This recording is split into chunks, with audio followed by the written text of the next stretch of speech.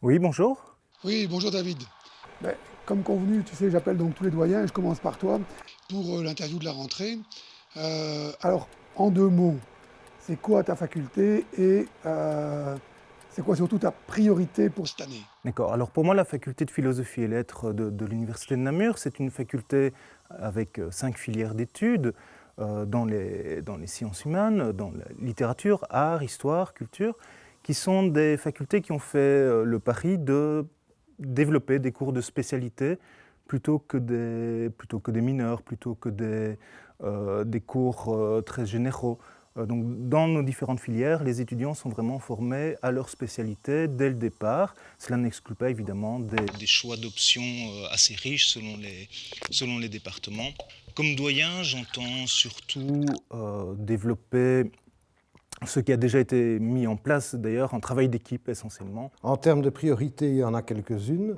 On doit revoir le programme en sciences politiques et en infocommu pour le rendre plus attractif et plus lisible. On doit repenser la filière en méthode quantitative pour la rendre plus cohérente. On doit également faire en sorte que de nouveaux programmes qu'on a lancés récemment, le Master 120 en horaire décalé ou bien la filière en immersion en entreprise, puissent se développer. Et on doit également assurer la meilleure transition dans le Master en sciences de gestion des étudiants qui viennent des hautes écoles. Donc le déploiement de la faculté, c'est-à-dire faire en sorte que la faculté puisse non seulement continuer à garantir un baccalauréat en droit qui soit de qualité, mais également le décliner dans d'autres formes d'études. Et donc dans ce cadre-là, nous lançons en faculté de droit le baccalauréat décalé, qui est évidemment un projet novateur et qui va attirer beaucoup de monde, je l'espère. Et puis, nous commençons à discuter avec d'autres universités pour pouvoir commencer et rentrer dans un master à horaire décalé. Et donc, nous avons d'autres idées et nous voulons vraiment, grâce à ces nouveaux débouchés, déployer la faculté de droit pour renforcer son cadre et garantir un meilleur service. Les projets pour l'année prochaine sont importants parce qu'avec la première année du concours, on a consacré énormément d'énergie à ça pendant cette année. Et l'année prochaine, les circonstances vont faire qu'on veut préparer de nouvelles possibilités dans les masters. Et ça fait partie de nos principaux projets de l'année. Mais continuer à faire tourner la faculté est peut-être le premier objectif. Et que comme nous enseignons à des futurs médecins cliniciens et que les études de médecine ont été réorganisées considérablement pendant les 20 dernières années avec de plus en plus de cliniques, nous travaillons énormément avec des cliniciens qui viennent de l'extérieur. On vient d'engager des nouveaux enseignants, on a toute une nouvelle équipe d'enseignants-chercheurs assez jeunes.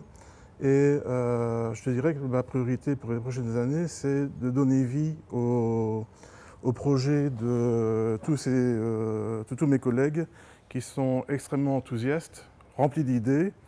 Et en tant que doyen, on n'est pas une faculté où le doyen donne des ordres et les gens obéissent. C'est plutôt une faculté où on développe l'intelligence collective. Et donc ce sont mes collègues qui sont hyper enthousiastes, qui viennent avec plein de projets. Et mon objectif, c'est un peu de canaliser un peu cette créativité. Ça, c'est une première marque de fabrique, je pense, c'est vraiment ce souci d'être très proche des étudiants, de leurs besoins, et de dispenser une formation qui est cohérente, qui est alignée sur les besoins de la société, des entreprises, mais également de la société en général. On a des très grands défis qui vont nous attendre dans la prochaine décennie. Je pense au domaine du big data, je pense à l'Internet des objets, l'intelligence artificielle, on parle beaucoup de robotique, ce genre de choses. Tout ça, ce sont des nouveaux défis auxquels on doit former nos étudiants. Oui, merci Vincent. Alors, juste quelques petites questions sur le cadre, un cadre non professionnel.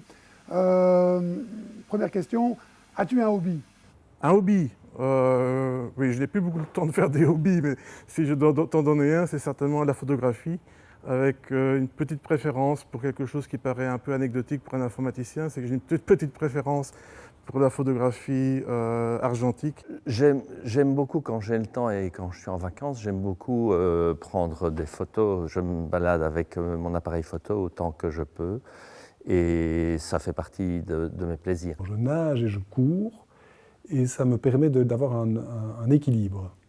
Oui, que je pratique trop rarement, la pêche sportive à la truite en rivière. Un hobby particulier. Alors en dehors de la littérature, qui est vraiment une passion pour moi avant d'être un métier, je pourrais citer la musique et particulièrement le rock indépendant. Alors je ne suis pas musicien, mais j'écoute beaucoup. Merci David, merci. Et toi Vincent, qu'est-ce que tu adores? Ce que j'adore, oh l'humour. Je pense que quelqu'un qui a de l'humour, c'est quelqu'un qui est capable de comprendre énormément de choses, au premier, au second, au troisième degré. Et ça facilite énormément la compréhension de l'un et de l'autre et de trouver rapidement un consensus et de pouvoir rebondir sur une petite difficulté lors d'une discussion. J'adore la bonne cuisine et la fréquentation de mes amis. La confiance, l'esprit d'équipe. Je trouve que c'est important de pouvoir travailler ensemble. Ça rend les choses plus légères et puis il y a toujours plus dans plusieurs têtes que dans une seule. Ce que j'adore par-dessus tout, c'est la franchise, et donc je ne supporte pas celui qui ne l'est pas. Et toi David, qu'est-ce que tu ne supportes pas? Le je m'en foutisme. Le fait que certaines personnes, quand on leur confie quelque chose, s'en dédouanent très facilement, sans vraiment se préoccuper de leurs responsabilités. Voilà, ça c'est quelque chose qui m'énerve. L'hypocrisie. Oh, évidemment, la malhonnêteté. Ça, je pense que je peux composer avec les défauts de beaucoup de gens. C'est pas un problème, mais je pense que quelqu'un qui serait malhonnête avec moi, j'ai du mal de le comprendre. Ce que je ne supporte pas, ce sont les dogmes, les vérités que l'on vend toutes faites et que l'on doit accepter. Pour moi, il n'y a aucun dogme acceptable. Tout est dans le questionnement. Ah oui, dernière question. C'est quoi encore ton plat préféré? Alors, je suis gourmand et gourmet, donc j'aime beaucoup de choses. Par contre, je te dirais que j'aime particulièrement bien cuisiner un plat qui est le cassoulet. Ah, si on veut pouvoir me soutirer des informations à un moment donné, un bon ossobuco, c'est l'idéal. Quel est C'est quoi encore ton plat préféré? mon plat préféré? Ce sont les moules et les crustacés. On va dire la nourriture japonaise en général, et accompagnée d'un excellent thé vert, c'est ce que je préfère. Principalement, enfin j'aime beaucoup de choses, hein. Je suis vraiment plutôt un gourmand qu'autre chose, mais je dirais le risotto comme ça. Ok, oui. Merci David. À ce soir donc. Alors, un risotto, un ossobuco, un cassoulet, des moules, un plat de sushi.